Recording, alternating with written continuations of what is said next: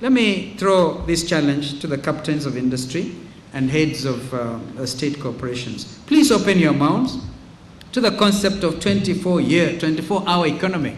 I think I was the first to talk about that when we were campaigning in 2007, and people thought I was like daydreaming. Today, I think we are able to see what is happening. This approach of a 24-hour economy has the twin advantages of creating employment and stepping up production. This is already happening at our port of Mombasa and in the private sector, particularly with the supermarket chains. We are developing a cluster economy. Producers don't have to worry about where they're going to sell their produce. However, due to the vulnerable nature of African economies, the 4 propositions should be integrated for effective progress. Botswana, in my view, does provide a good case on this. Good governance and leadership are needed to alleviate social problems like poor health care, education, unemployment, and low economic growth. We all know as Kenyans that unless we grow this economy by double digits, it will be very difficult for us to cope. And I always keep on getting this feeling that if we don't get things right, this very young Kenyan population will come into all our offices and throw us out and say, why did you in the first place bring us into this world? What is it you're trying to do? Therefore, we are, in my view, even fighting against time. And lawyers will tell you that time becomes extremely, extremely of the essence. Addressing these socio-economic problems requires massive investment in the key sectors of agriculture, of commerce, industry, and supportive infrastructure. For instance, telecommunications, energy, and transport, among others. Our development partners should emulate China's sterling example in the provision of hard infrastructure. And I'm happy to know that the people here from the road sector, Dr. Ruben, and you know Chinese who do this. They're everywhere. And then some of our traditional friends are asking, what is it? Is Africa doing it right?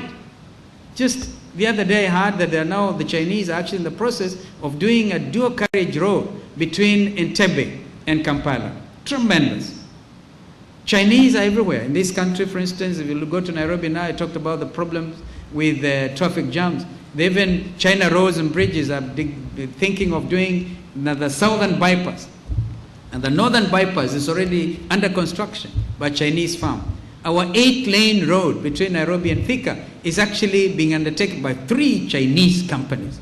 I was in Maputo the other day. The Maputo airport is completely, it's a new thing all coming up, massive. If you look at it, the Chinese are doing it.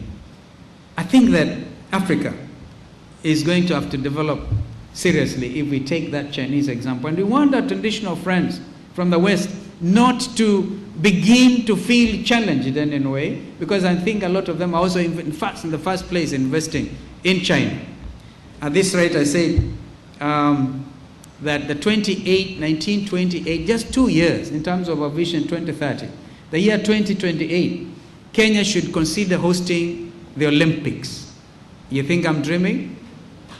When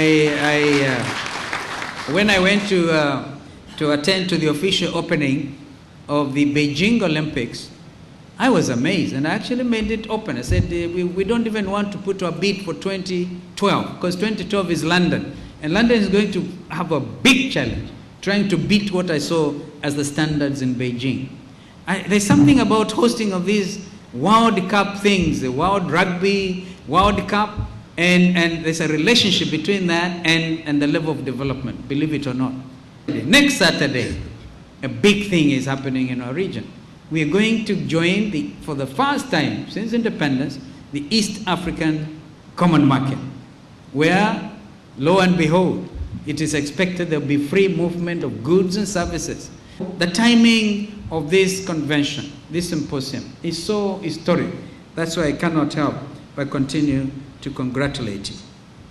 Ladies and gentlemen, visionary leadership has the requisite knowledge, motivational force, managerial ability, forthrightness, accommodating spirit, acuity, and organizing capacity to identify the necessary institutional structures for reform and for progress.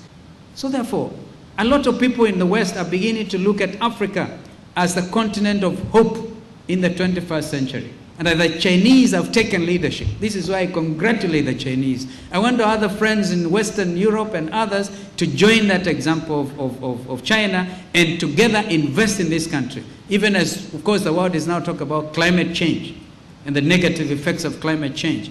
If we get our governance structures right, our leadership, and embrace, some of us believe in servant leadership, that we are not going to have to boss it on our people, but to use our people to rise to the next level.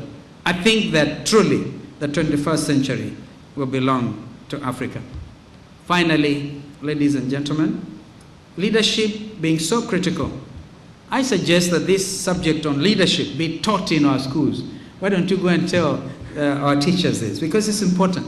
In our schools, in our colleges, in our higher institutions of learning, so that the culture of service delivery and excellence is developed during the crucial formative years of present and future generations of Kenyans. That is indeed my humble submission. And with those many remarks, it is now my honor and pleasure to declare this leadership and management convention officially closed, and I thank you for listening to me. Thank you. Thank you. May God bless Africa.